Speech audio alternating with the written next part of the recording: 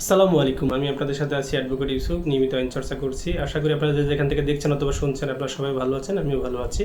প্রিয় দর্শক, বাংলাদেশে কয়েকটি প্রফেশন আছে যে মানুষের খুব নিকটে বা কাছাকাছি যাওয়া যায়। তার মধ্যে একটি হচ্ছে ডাক্তারি পেশা, আরেকটি হচ্ছে ওকালতি বা আইনজীবী বা আইনি পেশা, যেটার মাধ্যমে মানুষের খুব কাছাকাছি বা নিকটে যাওয়া যায় বা মানুষের অন্তরের কথাগুলো জানা যায়। তো সেরকম একটি প্রফেশনে আমি আছি, অ্যাডভোকেট ইউসুফ। বিভিন্ন সময় এই ইউটিউবের মাধ্যমে আপনাদেরকে আইনি পরামর্শ প্রদান করে থাকি। যখন আপনারা বিভিন্ন কমেন্টসের মাধ্যমে জানতে চান বা অনেকে ফোনের মাধ্যমে জানতে চান যে আমার স্ত্রী দীর্ঘদিন আমার সাথে রাগ করে তার বাবার বাসায় চলে গেছে, অথবা আমাকে না জানিয়ে তিনি বাবার বাড়িতে অবস্থান করতেছে। আমার স্ত্রীকে এখন আমি আনতে চাই, বা তাকে আসার কথা বলতেছি, সে আসতে চায় না, সে ডিভোর্স চায়, বা আমি যদি এখন তাকে ডিভোর্স দিয়ে দিই সেই ক্ষেত্রে আমার স্ত্রী আমার বিরুদ্ধে যৌতুক আইনের মামলা অথবা নারী শিশু নির্যাতনের মামলা করতে পারবে কিনা, সেই বিষয়ে কিছু জানাবেন। তো আপনাদের উদ্দেশ্যে ভিডিওটি করছি। প্রিয় দর্শক, পুরো ভিডিওটি না টেনে আমার সঙ্গে থাকবেন, এবং আমার এই চ্যানেলে আপনারা যারা নতুন দর্শক আছেন তারা অবশ্যই আমার এই ভিডিওটি ভালো লেগে থাকলে সাবস্ক্রাইব করবেন চ্যানেলটি, এবং পাশে থাকার জন্য বেল আইকনটি চালু করে রাখবেন। প্রিয় দর্শক, যদি কোনো কারণে আপনার সাথে আপনার স্ত্রীর মনোমালিন্য হয়, অথবা রাগারাগি হয়, অথবা স্ত্রী যদি আপনাকে না জানিয়ে তার বাবার বাড়িতে অবস্থান করে বা চলে যান আপনার বাচ্চা নিয়ে, অথবা স্ত্রী যদি বাচ্চা কাচ্চা না থাকে তিনি যদি একলা যান, এই ক্ষেত্রে আপনারা দেশের বিভিন্ন স্থান থেকে ফোন অথবা ভিডিওর কমেন্টসে আপনারা জানান যে ভাইয়া, এখন আমার করণীয় কি? আমার স্ত্রী তো তার বাবার বাড়িতে চলে গেছে, এখন তো তিনি আসতে চাচ্ছেন না, এখন আমি তো ডিভোর্স দিতে চাচ্ছি। সেই ক্ষেত্রে আমার স্ত্রী আমার বিরুদ্ধে কী ধরনের পদক্ষেপ নিতে পারে, আইনি পদক্ষেপ, অথবা কোন কোন ধরনের মামলা করতে পারে? তার আগে আপনাদেরকে একটু কনসেপ্ট বা আপনাদের একটু চিন্তাভাবনা বা আপনাদেরকে একটু বোঝানোর জন্য বলি, আপনার স্ত্রী যখন এই ধরনের কাজ করবে, যখন আপনাকে না জানিয়ে অথবা আপনার বাড়ি থেকে কোনো টাকা পয়সা অথবা দামি কিছু নিয়ে বাবার বাড়িতে চলে যাবে, তিনি আর আসতে চান না, বা আপনি হাজার চেষ্টা করেও তাকে আর আনতে পারছেন না, এখন আপনি তালাকের সিদ্ধান্ত নিয়েছেন যে তাকে তালাক দিয়ে দেবেন। এখন আপনি ভয়ও পাচ্ছেন যে তাকে যদি আমি তালাক দিয়ে দিই তাহলে তো সে আমার বিরুদ্ধে যৌতুকের মিথ্যা মামলা করতে পারে, নারী শিশুর মিথ্যা মামলা করতে পারে। সেই ক্ষেত্রে আমি কিভাবে বাঁচতে পারি? তো প্রিয় দর্শক, এই উদ্দেশ্যে আপনাদেরকে বলবো, আপনার স্ত্রী যখন থেকে তার বাবার বাড়িতে অবস্থান করবে এবং আপনি যদি তার সাথে যোগাযোগ করেন, তিনি যদি আসতে না চান, যখন থেকে শুরু থেকে আপনি দেরি না করে আপনি একজন নিকটস্থ আইনজীবীর কাছে যান, ভালো আইনজীবীর কাছে যান। যাওয়ার পরে তিনার কাছ থেকে আইনি পরামর্শ নিন, এবং আমার মতে আপনি তাকে তার বাবার বাড়ি থেকে আনার জন্য একটি আইনগতভাবে লিগ্যাল নোটিশ তাকে প্রদান করেন। এটি যদি আপনি একটি লিগ্যাল নোটিশ প্রদানের মাধ্যমে তাকে আনার জন্য রিকোয়েস্ট করেন এবং তিনি যদি আসেন তাহলে ভালো।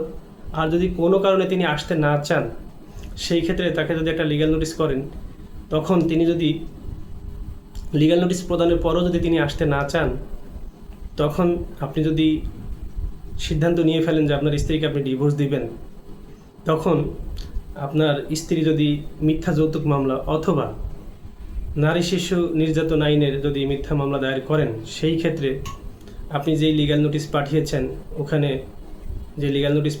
লিগ্যাল নোটিশের তারিখ থাকবে। বাই পোস্টে যখন পাঠাবেন ডাকে, তখন কিন্তু ওখানেও একটা পোস্টাল রসিদ থাকবে যে উনি যদি তখন আপনার বিরুদ্ধে মিথ্যা যৌতুক অথবা নারী শিশু নির্যাতন আইনে মামলা করেন, তাহলে কিন্তু আপনি বাঁচার জন্য ওই লিগ্যাল নোটিশটি আপনার জন্য যথেষ্ট হতে পারে। কারণ কি, আপনি যখন লিগ্যাল নোটিশ প্রদান করবেন তাকে, তখন কিন্তু আপনার কাছে একটা প্রুফ থাকলো যে আপনার স্ত্রী আপনার এখানে অবস্থান করতেছেন না, তিনি অবস্থান করতেছেন তার বাবার বাড়িতে। এটি কিন্তু প্রমাণ করা খুবই সহজ, কারণ তিনি কিন্তু ধরেন 5 বছর থেকে তার বাবার বাড়িতে অবস্থান করতেছে, তিনি কিন্তু কোর্টে এসে মামলা করলো মিথ্যা মামলা যে হ্যাঁ না তিনি আপনার বাসায় অবস্থান করতেছে। বা যদিও এখনকার সময় যদি আপনার ওয়াইফ যদি আপনার শ্বশুর বাড়িতে থাকে বা তার বাবার বাড়িতে থাকে, সেই ক্ষেত্রে কিন্তু সে নারী শিশু মামলা আপনার নামে করতেই পারে। কারণ কি, নারী শিশু নির্যাতন মামলা যদি করতে হয়, সেই ক্ষেত্রে কিন্তু একটি মেডিকেল সার্টিফিকেট তাকে দেখাতে হয় আদালতকে যে হ্যাঁ আপনাকে মারধর করছে, নির্যাতন করছে। এই মেডিকেল সার্টিফিকেটে যদি কিন্তু এখনকার সময় ইজিলি পাওয়া যায়, কারণ কিছু টাকা দিলে আপনি একটি মেডিকেল সার্টিফিকেট তৈরি করতে পারবেন।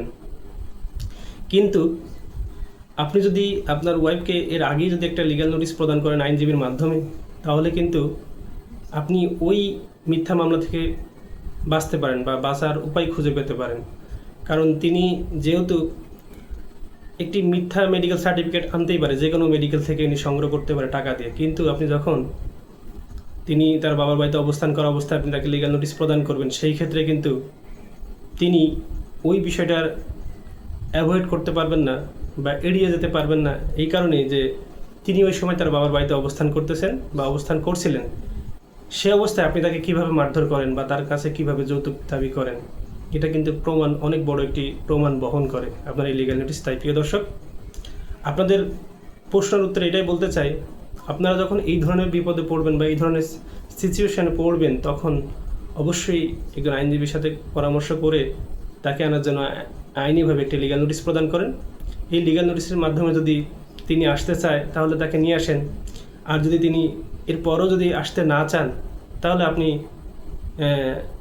যদি ছাড়াছাড়ি অথবা তালাকের সিদ্ধান্ত নেন, সেটি আপনি করতে পারেন। সেই ক্ষেত্রে আমার মনে হয় আপনার বিরুদ্ধে যদি উনি মামলা করেও থাকে, তাহলে সেই মামলা থেকে উনি ভালো কিছু পাবেন না আশা করি। সব বিষয় আপনাদের উত্তর আমি আশা করি দিতে পেরেছি এই ভিডিওর মাধ্যমে।